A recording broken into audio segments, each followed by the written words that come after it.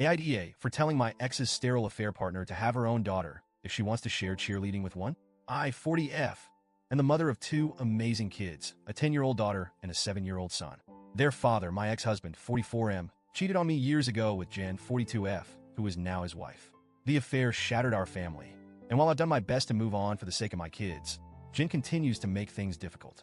To start from the beginning, my ex and I were married for several years, and for the most part, I thought we had a good relationship. We had our kids, and we're building a life together. Sure, he traveled a lot for work, but I thought we were a team. Then Jen came into the picture. Jen wasn't some random woman. She was dating someone in my ex's friend group, and we crossed paths regularly at gatherings.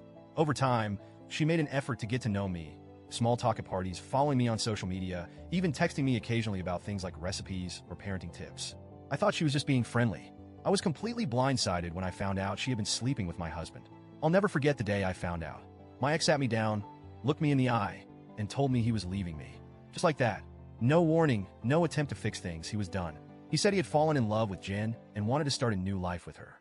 I remember feeling like the ground had been ripped out from under me. I had to pick up the pieces for the sake of our kids, who were too young to understand what was happening. To make things worse, Jen tried to play the victim. She claimed she didn't mean to hurt me, that she hoped we could all get along for the sake of the kids.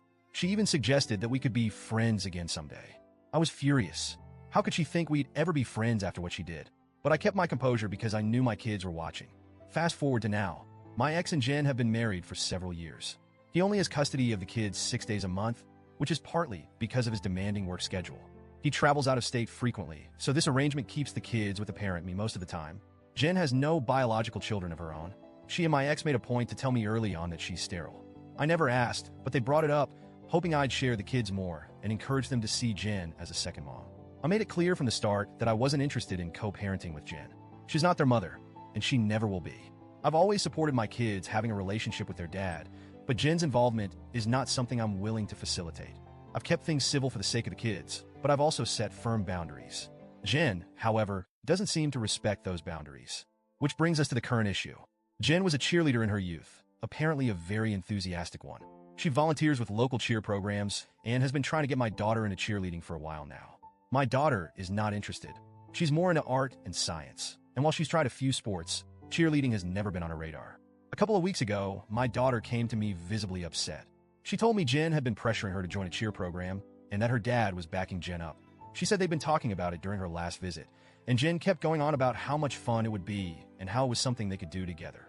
My daughter told them she didn't want to, but they wouldn't let it go. She asked me to step in and help. As part of our custody agreement, decisions about extracurricular activities need to be agreed upon by both parents.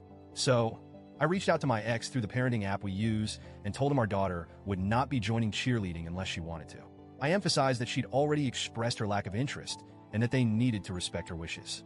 Instead of responding on the app like he's supposed to, he sent me a series of angry texts. He accused me of ruining things, said I was being unreasonable, and called me a bunch of names I won't repeat here. Then Jen got involved. She tried calling me, but I didn't answer. I don't see the point in engaging with her directly. But a few days later, I ran into her at a store, and she decided to confront me in person. It started off somewhat civil. She said she felt like I was punishing her by not letting her bond with the kids. She went on about how she's been in their lives for years, and how she has every right to share things like cheerleading with them. I told her, calmly at first, that she doesn't get to force my kids into activities they don't want to do. I said our daughter isn't interested in cheerleading, and that's the end of it. But Jen wouldn't let it go.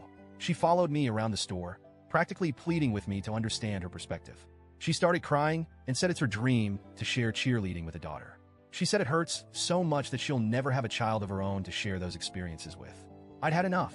I turned to her and said, if you want to share cheer with a daughter, then go have one of your own. Leave mine alone. She stopped dead in her tracks, and I walked away. She didn't follow me after that, but the fallout was immediate. My ex called me later that day, furious. He said I was cruel to say that to Jen, knowing she can't have children. He demanded I apologize, but I refused. I told him Jen needs to respect our daughter's wishes and stop trying to insert herself into places she doesn't belong. Now I'm wondering if I went too far. On one hand, I feel justified in standing up for my daughter. She shouldn't be pressured into doing something she doesn't want to do, especially by someone who isn't her parent. On the other hand, I can see how my comment might have come across as harsh. I wasn't trying to hurt Jen. I just wanted her to back off. So, Reddit? AIDA?